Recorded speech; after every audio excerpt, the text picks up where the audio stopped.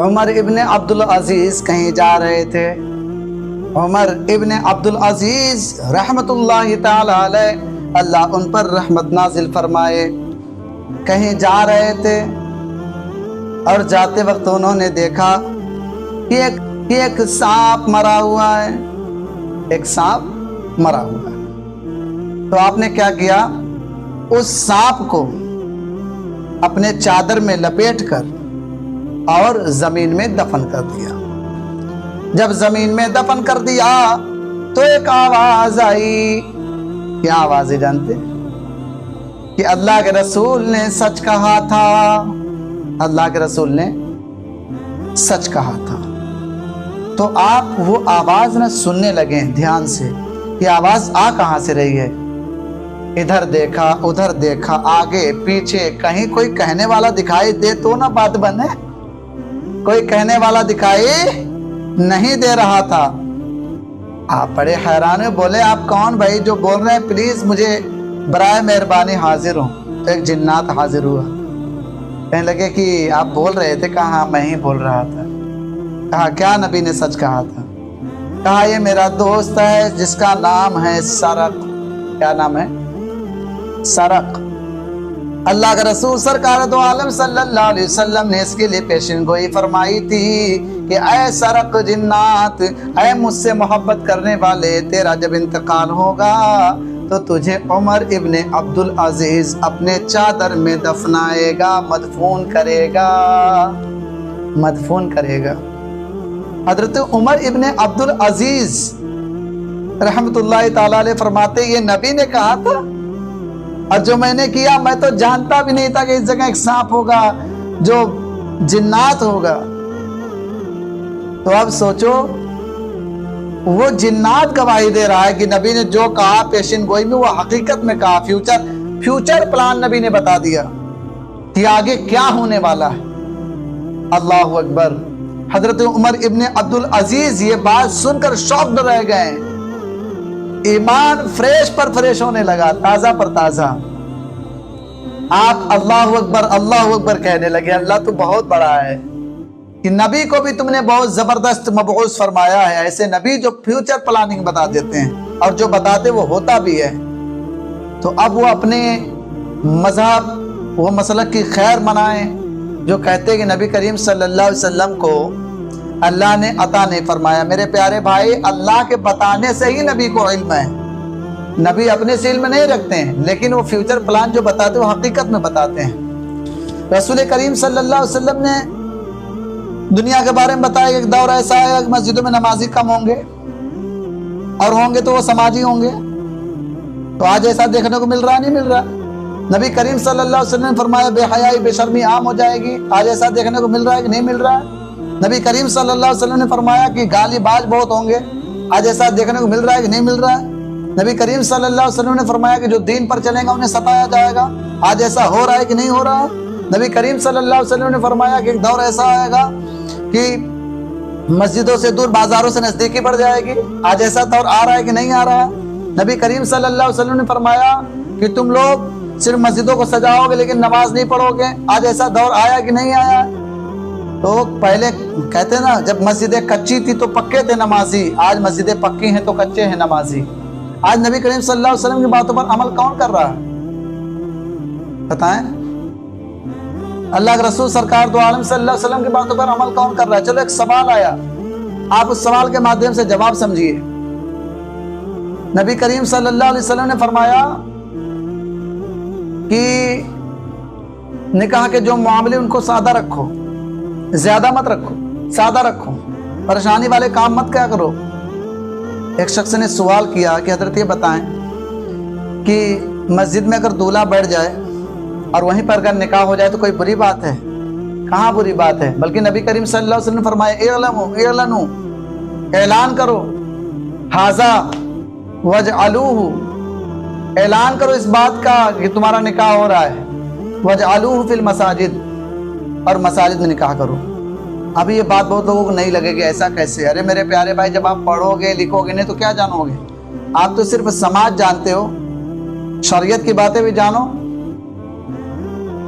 مسجد میں برکت ہوگی اور